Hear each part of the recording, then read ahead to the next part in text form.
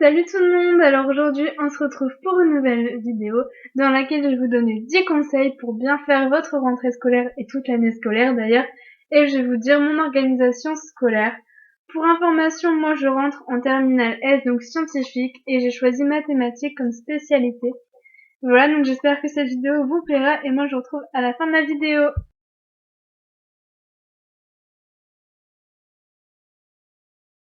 Le premier conseil que je vous donne, c'est si vous êtes au lycée, donc que ce soit en seconde, première en français ou en terminale en philosophie, c'est d'avoir des surligneurs de différentes couleurs. Donc moi j'en ai 6, parce que comme ça vous pouvez repérer sur les textes, etc. Et vous pouvez vous repérer et pas... parce que si vous soulignez toutes la même couleur, vous n'allez jamais vous y retrouver. Le deuxième conseil que je pourrais donner, c'est à peu près le même que le premier, mais c'est d'avoir des feutres de différentes couleurs. Donc pareil pour le français en première et en seconde, et pour la philo en terminale, comme ça vous vous y retrouverez mieux que si vous soulignez Le toute la même troisième conseil couleur. que je pourrais vous donner, c'est d'avoir 2 trousses, donc moi j'en ai 4. Mais donc en fait parce que donc ici j'ai mes crayons en cours normaux, et en fait dedans j'ai mes feutres et mes crayons de couleur que je prends donc quand j'ai histoire. Mais mon conseil c'est d'avoir une trousse que vous laissez tout le temps dans votre sac et une trousse que vous laissez sur votre bureau. Comme ça votre trousse elle est toujours dans votre sac et au moins vous l'oubliez pas, parce que c'est vraiment la galère quand on n'a pas de trousse. Le quatrième conseil que je pourrais vous donner, c'est le même que le troisième, c'est de toujours laisser vos calculatrices dans votre sac pour ne pas les oublier. Donc comme en devoir c'est pas des trucs très compliqués qui donnent, j'ai ma calculatrice là sur mon bureau, et après j'ai donc pour faire mes calculs simples. Si après vraiment j'ai besoin de calculs compliqués, donc moi c'est la Casio 35+, la Graph 35+, voilà. Et donc en fait vous avez le simulateur sur le PC, donc je mettrai le lien en bas de la vidéo et vous le téléchargez sur votre PC, comme ça votre calculatrice elle reste tout le temps dans votre sac et vous l'oubliez pas.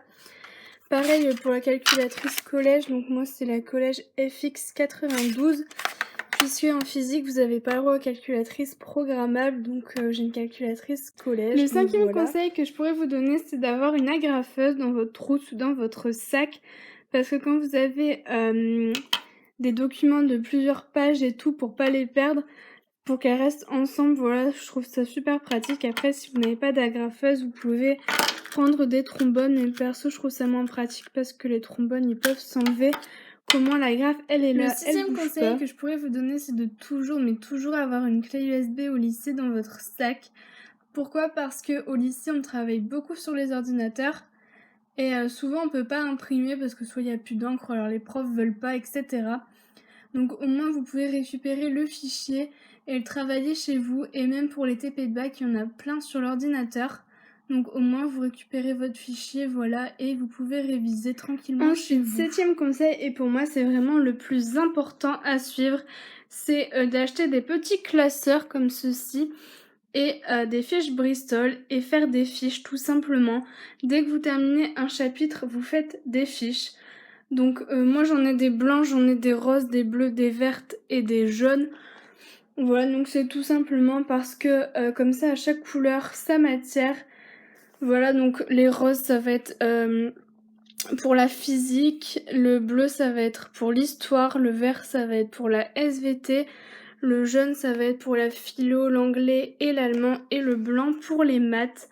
Voilà, donc comme ça j'ai mes fiches et c'est nettement plus facile. Ensuite on passe au huitième conseil qui va être à peu près le même que le septième. Mais donc j'utilise des feuilles comme ceci, donc de couleur, et des feuilles blanches à grands carreaux et à petits carreaux pour faire des fiches. Si vous voulez, sur les fiches Bristol, je fais des fiches pour réviser, que sur ces fiches-là, je vais noter l'essentiel du cours, voilà, mais plus pour réviser pour une interro, que mes fiches, ce sera plus pour les DS et le bac. Donc voilà, à chaque chapitre, je fais une fiche que je laisse dans mon classeur, et pas dans mon petit classeur où il y a mes fiches Bristol. Conseil numéro 9, c'est de faire des petits cahiers comme ceci. Donc moi j'en ai un pour la physique, un pour les maths, un pour les maths spé et un pour les maths TD. Et dedans je marque toutes les méthodes, etc. Tout ce qui peut me servir, ce qu'on dit à l'oral. Pour finir, le dernier conseil que je peux vous donner, donc le 10e conseil, c'est d'avoir des post-it de toutes les couleurs, de toutes les formes, etc. Pour moi, c'est vraiment essentiel. Dès que je vois un truc important, etc., je mets un petit post-it et comme ça, je m'y retrouve.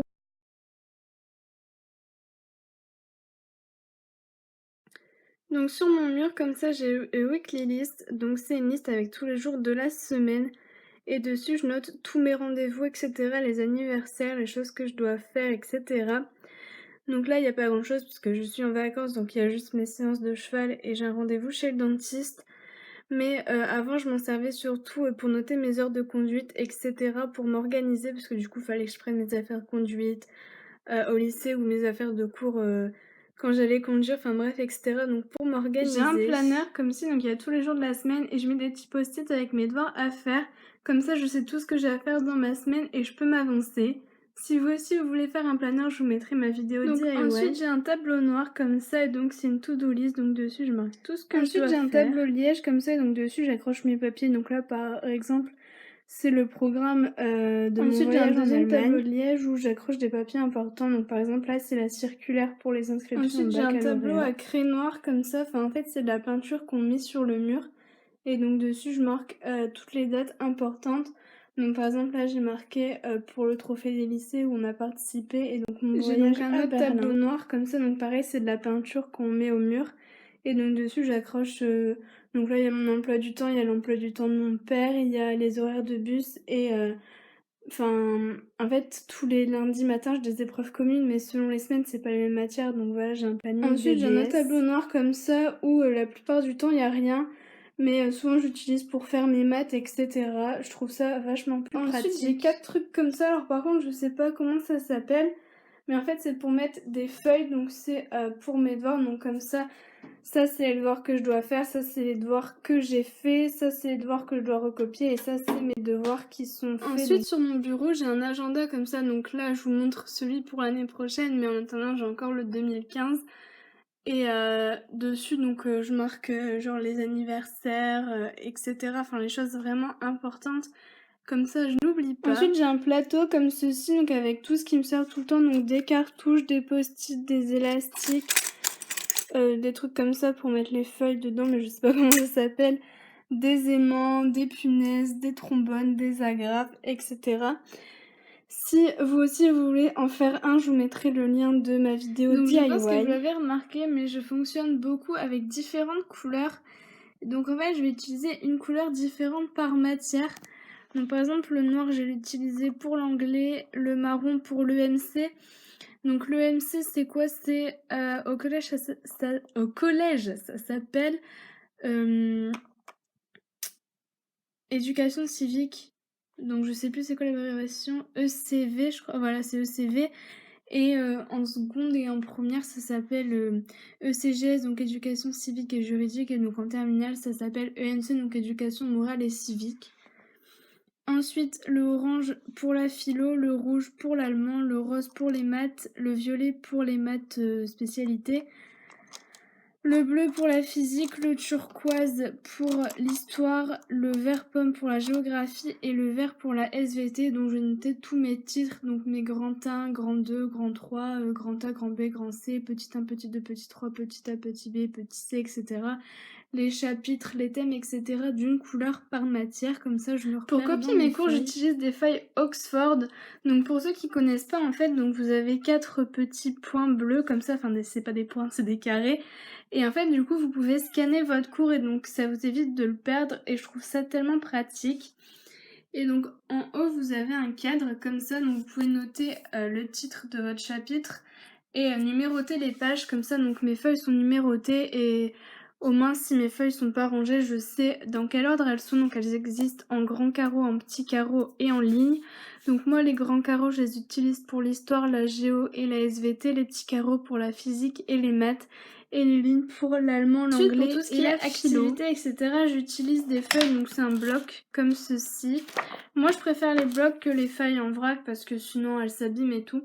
Et donc celles-ci elles sont renforcées et du coup ça évite que ça s'arrache et je trouve ça vachement pratique. Donc j'en ai à grands carreaux, j'en ai également à petits carreaux, mais je les ai pas avec moi, donc enfin bref c'est les mêmes.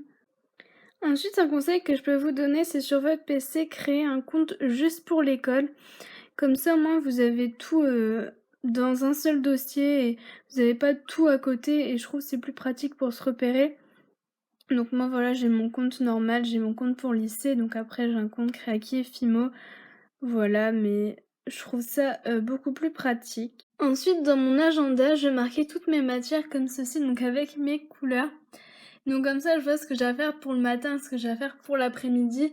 Donc par exemple, je vais plus faire mes devoirs pour le matin, puisqu'après ceux de l'après-midi, par exemple, je peux les faire à midi vu que je rentre chez moi. Voilà donc cette vidéo, j'espère qu'elle vous aura plu. Donc c'était la dernière vidéo de ma série Back to School. Donc prochainement, vous aurez la vidéo mon haul d'anniversaire et mon vlog sur mon séjour à Berlin. Donc voilà, je vous fais plein de gros bisous et à très bientôt. Bye!